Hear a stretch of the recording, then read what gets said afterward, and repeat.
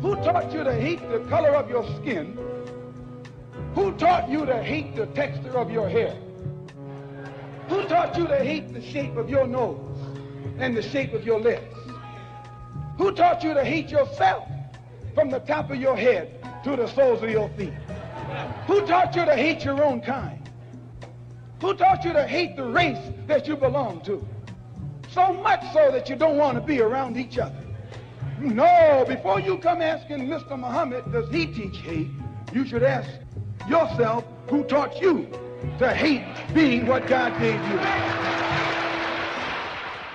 Most of us blacks, or Negroes as he called us, really thought we were free without being aware that in our subconscious, all those chains we thought had been struck off were still there. And there were many ways where what really motivated us was our desire to be loved by the white man. Yo, yo, yo, yo. It is Thursday night. Welcome back to the No PC show. People on Facebook need to come on over to the YouTube side. That's the No PC show. All one word. Type it in. See if I can give you a little screenshot here. The No PC show. We slowly growing. We only got 61 people, but hey, that's 61 people that want to hear. And we going to grow that up because there's people with hundreds of thousands of people and they ain't talking about nothing. And, you know, like I said last week, some people say, well, this show is kind of boring. I said, yeah, because we're not talking about ass shaking. We're not talking about drinking. We're not talking about fighting. I ain't talking about all that stuff that hinders us from growing as a people and collaborating to do something. Tonight's show is being kind of spawned because of something that came out in the news recently. A lot of people were talking about it. Over 40 sexual assaults over the last decade in Chicago public schools is a whole scandal. And it kind of comes about, it's just another failure in the school system. And it just doesn't happen in black schools. It happens in Latino schools, white schools. But people are in trusted positions. And it seems like a lot of this just went, people saw things like students walking down the street in the school, holding hands with teenage girls. Nobody thought it was weird. Nobody said anything. Like you see on the screen now, Career Academy, a young track star was raped 40 times by a coach. They're talking about statutory rape because apparently he was in a inappropriate relationship with this young lady. Substitute teacher kissing a 14-year-old in Texas. Security guard and track coach groped a girl during practice. Decades of reports that don't go unreported. There's a recent case where 3 men are accused of having sex with underage girls. One girl was 12 and the other girl was 15. These young men are 21, 20, 23. Something happens in our communities, and it's a failure. You know, first of all, let's say anything happens to you, you have the right to report it and say it, whether it's a family member or someone else. And growing up in an environment that a lot of us grew up in, we saw a lot of stuff, and we were taught to overlook it. Don't say anything.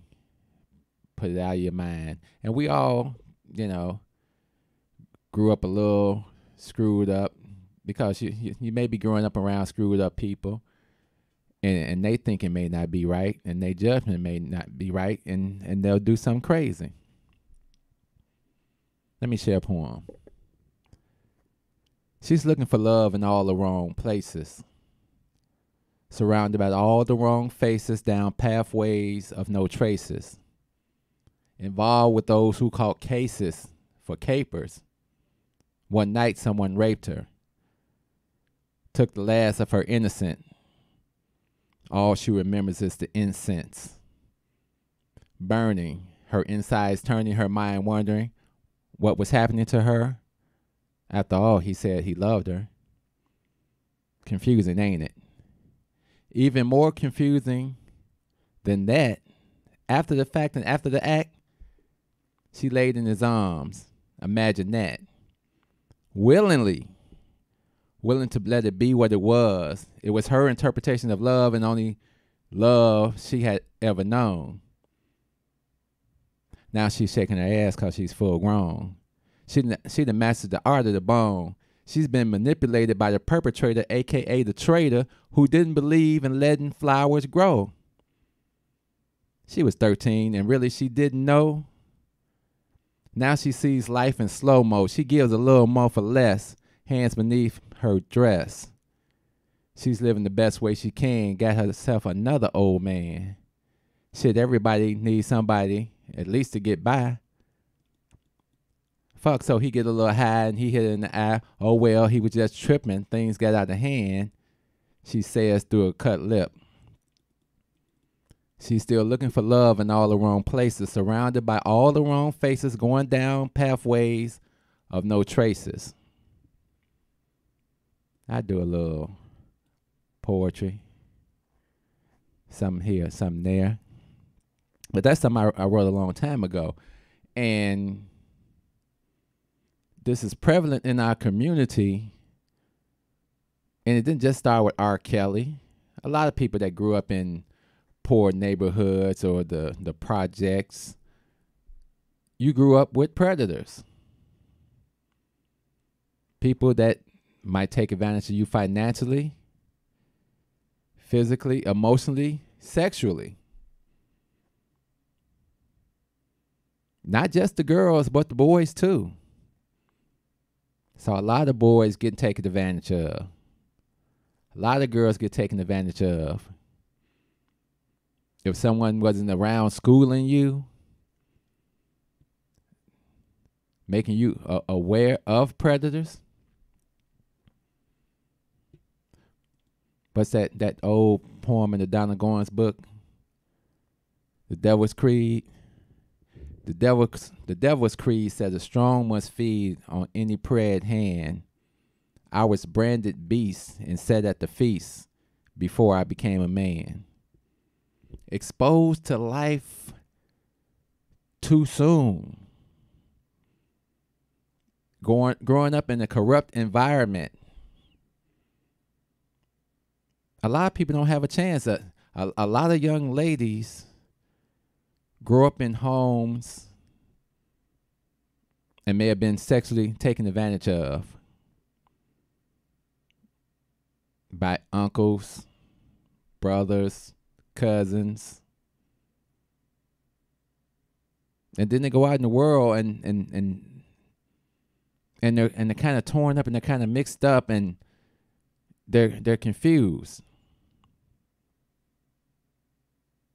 And I wish I could say that I didn't hear all the things from dudes, you know, when we're in our 20s and they're looking at the little girls and you're like, man, that's a little girl. Man, she bleed.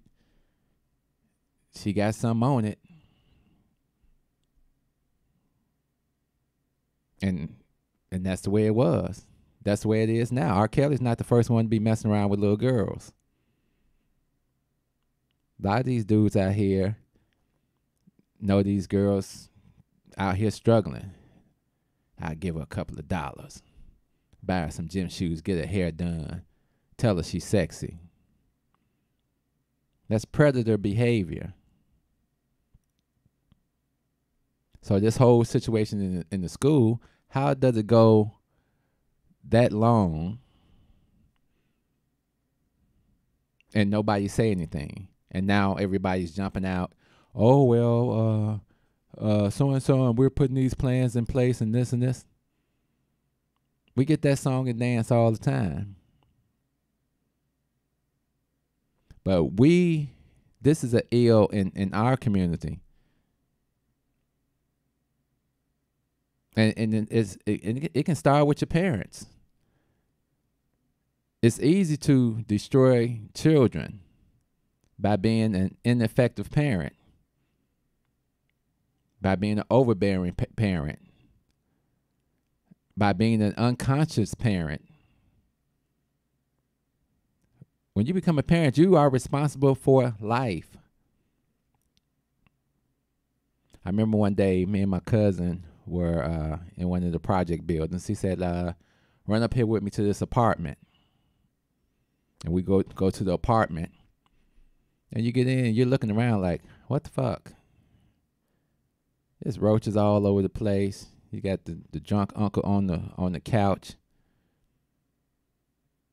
Holes in the doors.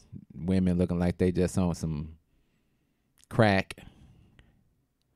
And there's two babies on the floor. They couldn't have been no more than, I say, a year to 2 years old. I doubt if they were two.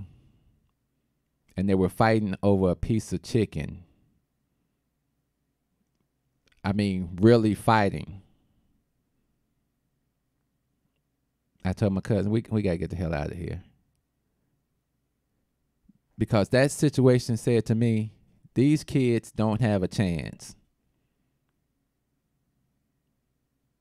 And then they say, well, depend on these systems that's going to change these things around. Social programs really don't do anything for us. They manage you in your positions. When you got young girls, when Tupac did that song, Brenda's Got a Baby, and she had the baby by her cousin, and those molestation acts that aren't reported. Because a kid will sometimes want to stay in that environment just not to be separated and put somewhere else. This is how kids think and behave. There could be things going on wrong in the house. I was a court-mandated reporter when I was doing the mentoring program in my church. So we had to report situations in the house. Now, the kids could have been wrong on something, and then later wanted to change their story. But once you report it to the Department of Children's Services, it becomes a different situation. Now, I had younger brothers and sisters that lived with me, and they were part of the system. And the more I tried to help them, it seemed like the more that the Department of Children's and Family Service had a problem with it. But then when they were removed from my home at my request, they were put in an environment that was not the best environment. So they were exposed to things that I was protecting them from being exposed to. Because growing up and living in a certain environment, you see the ills of society. And you see it in the community. But if you got ills all through the community, best believe it's in the homes.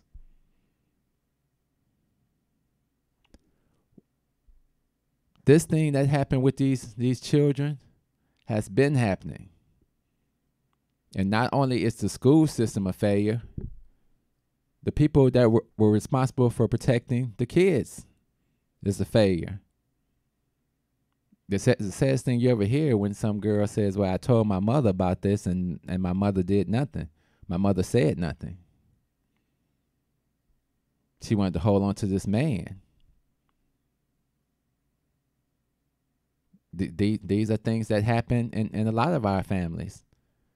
And you can sit around and be disturbed by it, let your actions be controlled by it, or you can break free from it. You can say, this is what it was in my life, and you can say, I found God or Muhammad or whoever, And that helped me because that's how we get through it. My grandmother used to crack me up all the time. She said, you can love your family, but then there's certain people in the family I don't want you fucking with. Stay away from them. Wow, when your grandmother says something like that, right?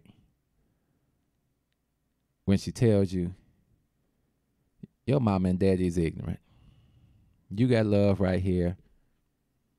Don't even worry about them.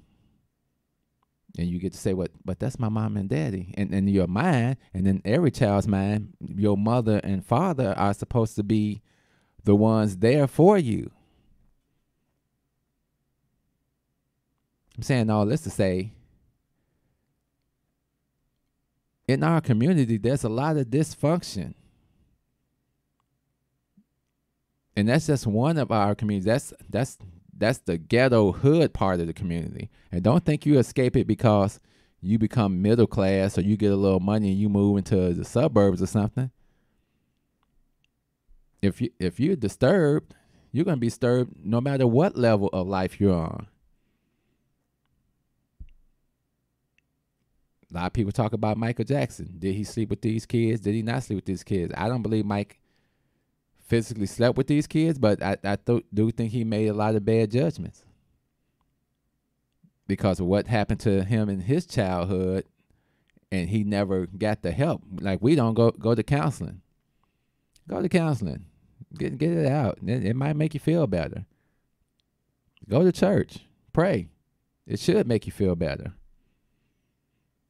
Get a different perspective. Don't let people shush you. And maybe that's one of my biggest problems in the world. I don't allow people to shush me. I don't allow people to talk that yeah, and then, well, you should be quiet.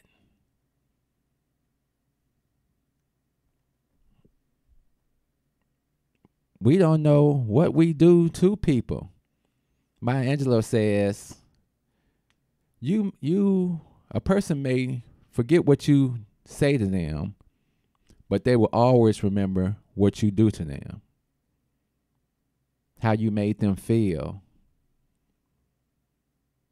And some people carry that for years. If somebody in the family did you wrong, touched you inappropriately, said something,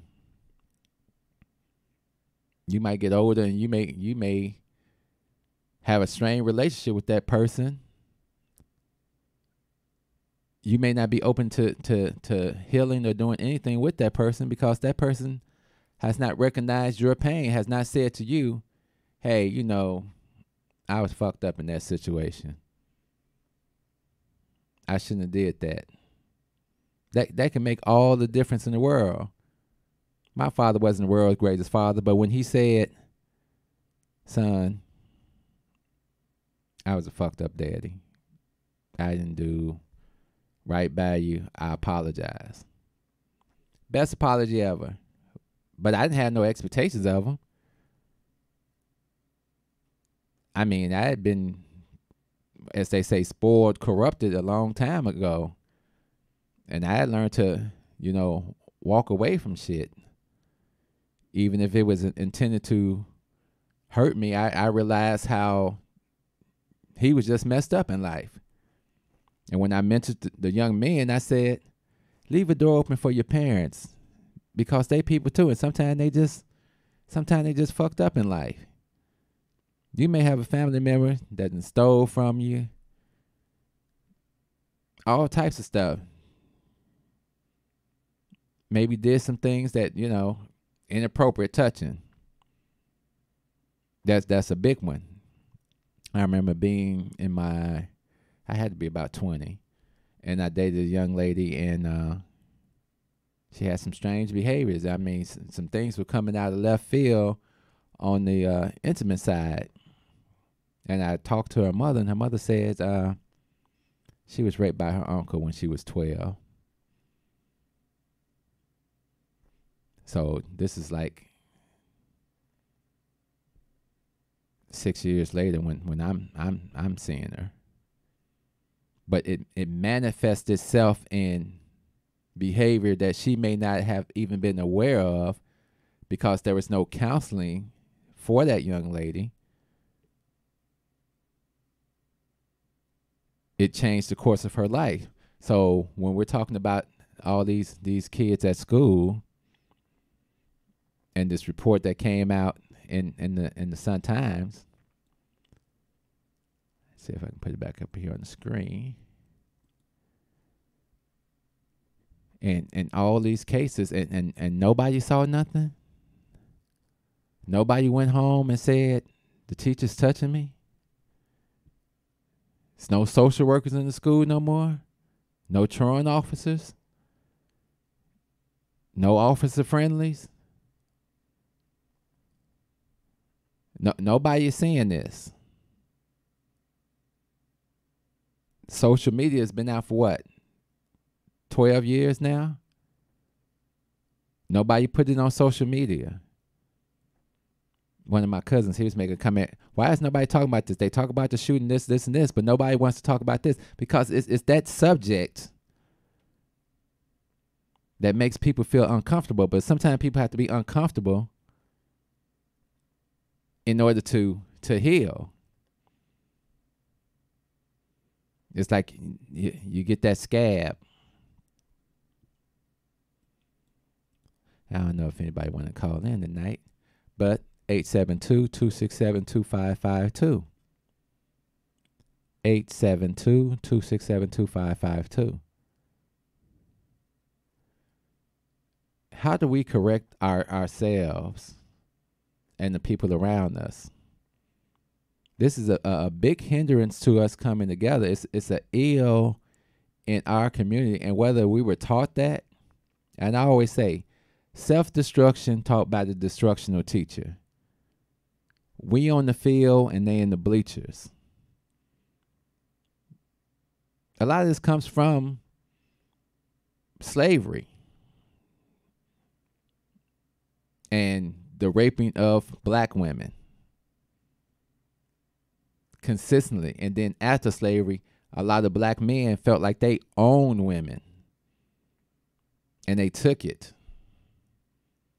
And the woman felt like she didn't have anywhere to go or anything to do, and she kept her mouth closed and she went along with it. Well, that's what she's going to do. Then women raise their daughters, especially women that may have been touched or something, they raise their daughters in a certain way. And so to make them more conscious, and that's good. And the men being out of the home takes away a protective value, or it's supposed to be a protective value, that this man is a wolf in the house protecting the sheep from the other wolves. When you had to actually go and go to the door and talk to a father, and you recognize the father, so your behavior was different because you know she got this daddy. And you haven't lived to a daddy threatening to beat you down. Till he's on the phone saying, I should come over there and kick your ass. Or even before you go out with her, don't make me kick your ass, son. That's the role of a father, and that protective quality that was taken out of the home so long ago in the 70s was another design to further leave the home unprotected, to leave the neighborhood unprotected. Because regardless of what women say, if they try to raise a man, he becomes a different type of man. Most of us that were raised in households full of women, we might have got involved in gang activity, drugs, or sports if we were lucky and we're into sports. You know, you find some guidance there. The neighborhood I grew up in, we grew up in all that. Militancy, drugs, gangs, promiscuous. I can never say that word. Being promiscuous. Starting to have sex at a young age, 12, 13. This was products of our environment. You don't see it when you're growing up. You're like, this is cool. I'm over here having sex. Shit, when I was 13, I had to go get a penicillin shot because I had no formal training, no manhood training of what I was doing other than putting your thing in something. And for her to be the same age and doing that with me, that meant both of us were missing something. We both could have been considered sexual deviants. You're 16 and you sleep with a 20-year-old woman. You think it's cool. Now that's actual rape. She can get in trouble for that, but you're not going to report that. And in our communities, a lot of stuff just goes unreported because we don't see it as criminal activity. So when people don't speak up, especially kids, because there's a fear. Usually, like I said, no matter how screwed up the environment is, the kids want to stay in that screwed up environment. They just don't want Uncle Ray trying to touch them. Cousin Bobby trying to touch them. It takes a lot, and I don't think everybody has a solution, but you got to have the right qualities. Thank God for grandmothers, the grandmothers that used to exist. Older grandmothers, Big Mama. And although she embarrassed the hell out of me on so many different occasions, she was trying to keep me in line, making me independent, making me conscious, making me grow up in a fast way, making me outspoken, making me not afraid to stand up for myself and others. You got to talk to your kids. If you even think something's wrong, I've seen it. Relatives raped, touched inappropriately, all types of crazy stuff. And we all have to get through it together. You got to pray. If you ain't got God in your life, you need to find God in your life. It's not a shame to believe in something bigger than yourself. And you can read that book and you can find some healing and you can find some direction. And if you're lucky, you find yourself before it's too late, before you go down a destructive path. And 40, 50 years down the line, you're still sitting around hurt, suicidal, depressed. I know a few people that are depressed. I never understood depression until I talked to them. They said, well, I'm on medication and I'm doing better. Just like this Kate Spade that just killed herself. You got millions of dollars. World at your fingertip. You living a life that a lot of people would kill to live, and you kill yourself. The depression was that deep that whatever happened that we'll never know, it could have been something happened to this woman years ago that planted that seed of destruction. And she didn't get any counseling. And she put on that face and she smiled in front of the world. And we're not saying be a victim.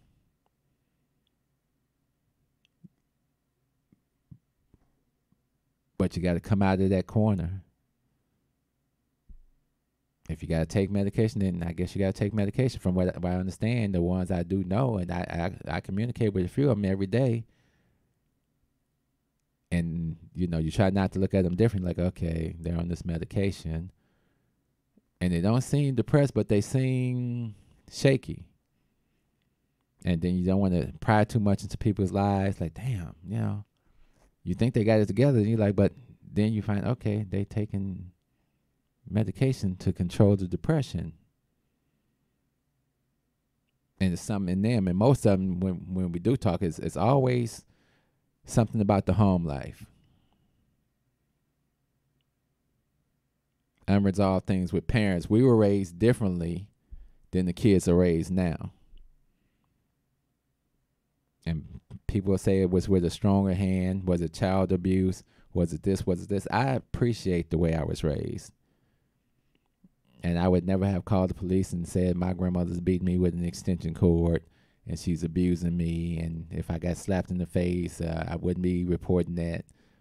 But that's the new world we live in.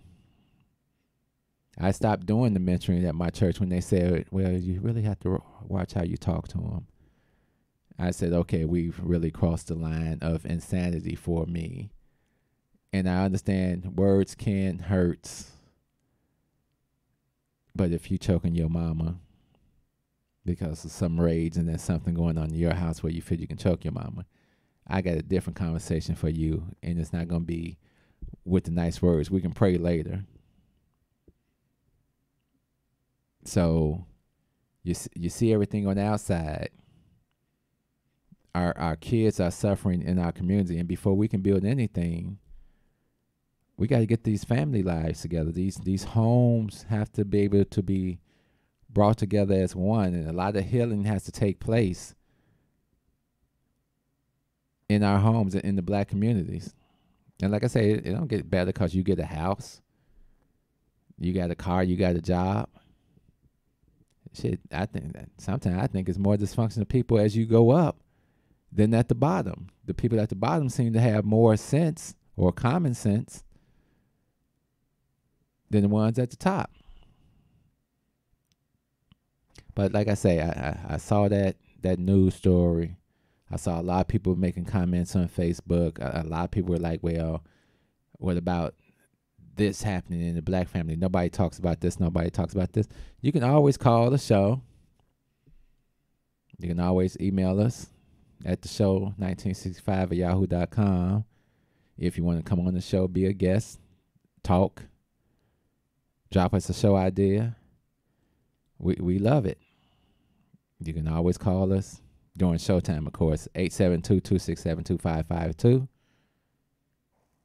And conversate. Like I said, we're trying to grow something here, and it's growing slowly, but it's growing. So on that note, we're going to end it like we always do. We're going to say love, peace.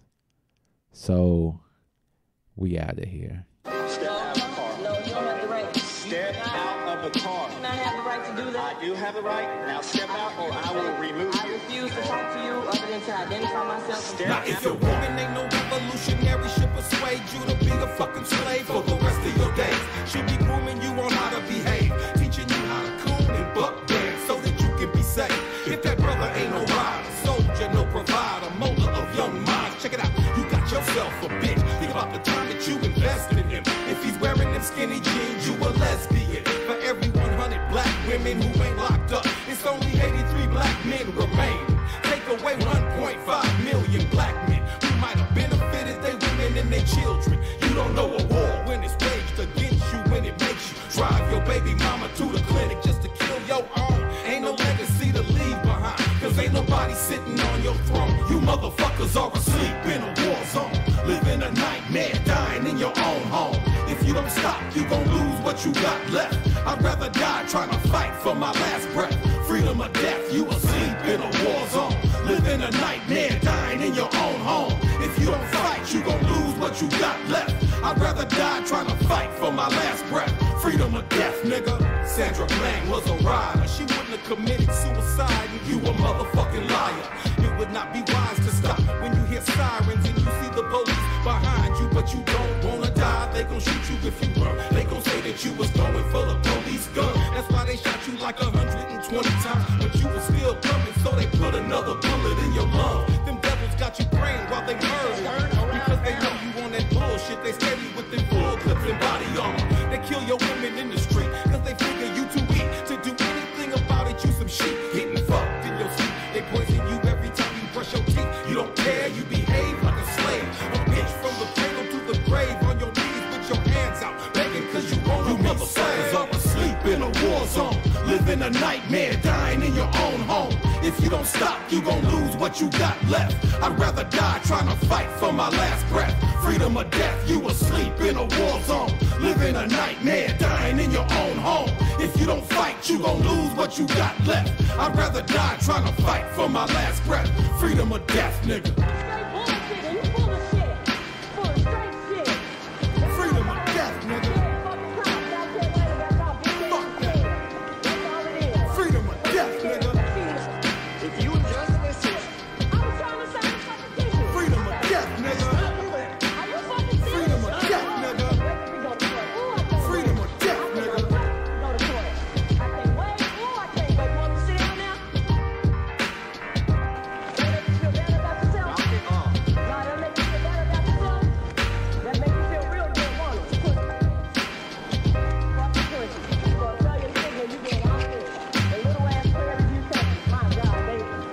you were getting a warning. Until now, you're going to jail. I'm getting it for what?